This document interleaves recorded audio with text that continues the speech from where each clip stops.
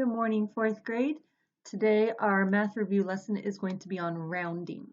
All right, so we're going to start with a 3-digit number. The number is 489. If I want to round to the nearest tens place, first thing that you're going to do is to figure out what number is in the tens place. 8. I'm just going to underline it so that I'm aware what number I'm rounding to. Okay, if I'm rounding to the nearest tens place, I'm going to underline that place value. Okay, and then I'm going to put an arrow to the right of that number. That just lets me know I'm going to use those same questions. If this number is 5 or higher, this number goes up one number. If this is 4 or fewer, this number stays the same and everything behind it turns to a 0. So if we're rounding to the nearest tens place, looking at the 8, okay, and then the 9 is 5 or greater, so I'm going to go ahead and change this one number higher to a 9, and this one becomes a 0. Okay, let's try another problem. I'm going to go 4 digits.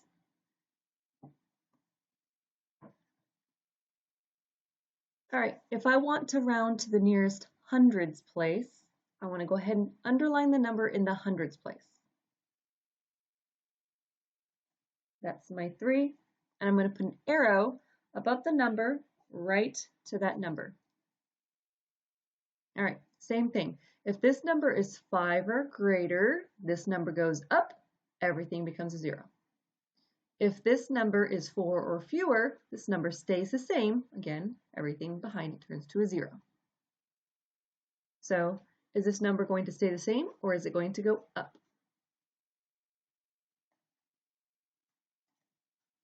Yep, it's going to go up because this is 5 or greater.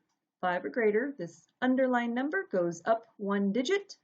Everything else behind it becomes a 0. Okay, again, this is good review. We should be somewhat familiar with rounding. We haven't done it in a while, so that's why we're reviewing it now. All right, so if I were to give you a couple different numbers, let's see. I'm going to give you 3 numbers.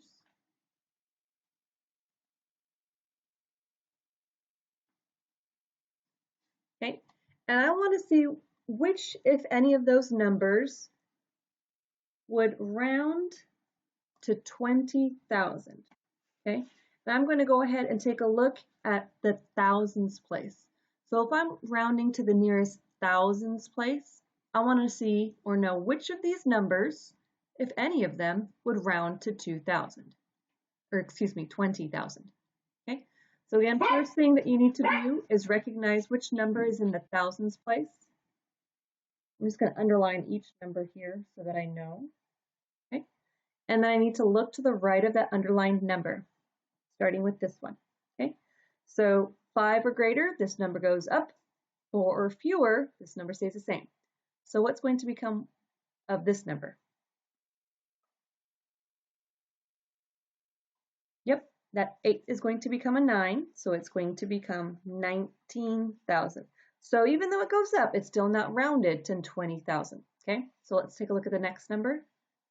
20,040. Looking at the underlined number, which is in the thousands place, looking at this next digit to the right of it, 5 or greater, this one goes up. 4 or fewer, this stays the same. 0 is less than 5, it's 4 or fewer, so this one stays the same, and everything behind it becomes a 0. So that would be 20,000.